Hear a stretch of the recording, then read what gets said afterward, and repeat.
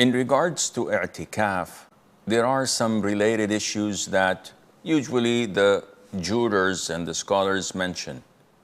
Among them is that i'tikaf, as mentioned, has to be performed in a masjid, which means that a woman in her home, sitting there in a secluded room, that wouldn't be classified as i'tikaf. Nor if a person chooses a prayer hall in a mall or in a souk or in a residential building, that wouldn't be qualified as i'tikaf, though people pray there, because i'tikaf has to be in a masjid.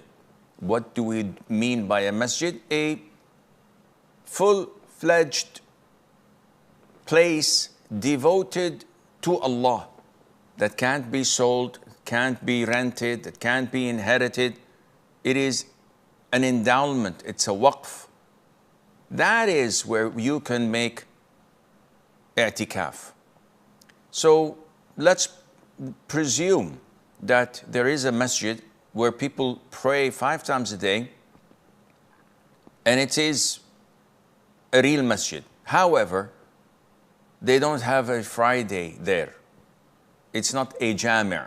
In this case, one can make i'tikaf, but when the time for Friday prayer is due, he must leave and go and pray Friday in another adjacent masjid and come back soon afterwards. And wherever he sits in the masjid is permissible, whether it's in the roof or in the basement or in anywhere related to the masjid, that is fine. Now, i'tikaf, as stated before, was done by the Prophet ﷺ in the first 10 nights, then in the middle 10 nights, and it was finally settled to be done at the last 10 nights of Ramadan. And the Prophet used to do things in these 10 nights and perform and excel in worshiping Allah Azza wa Jal more than any other night during the whole entire year. And whenever Sallallahu Alaihi Wasallam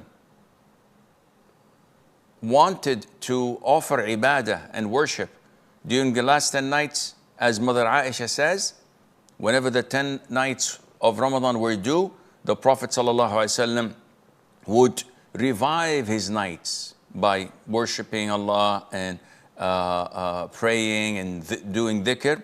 And he would wake up his family, his wives, so that they would also be encouraged to pray and offer forms of worship.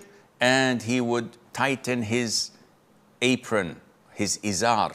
And this has 2 meanings. Either it is a metaphor that indicates when the tough gets going, the going gets tough.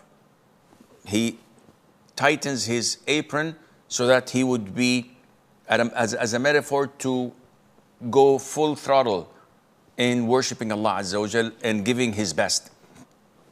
The second meaning is that it is literal, that he was tightening his izar, he would not loosen it up, so that he would not have any intimacy with his wives in these 10 nights, because these 10 nights are totally devoted to Allah Azza wa Jal.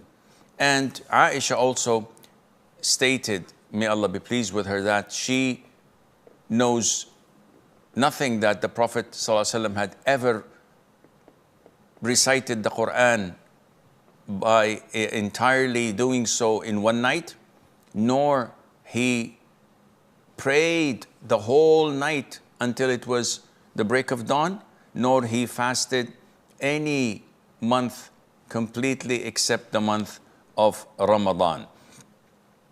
All of this is for what? All of this is to try and excel in the night of Al-Qadr. And this is what the scholars used to say, that the Prophet ﷺ would strive hard during the last 10 nights of Ramadan, as he did not strive at any other time, sallallahu alaihi wa alihi wasallam.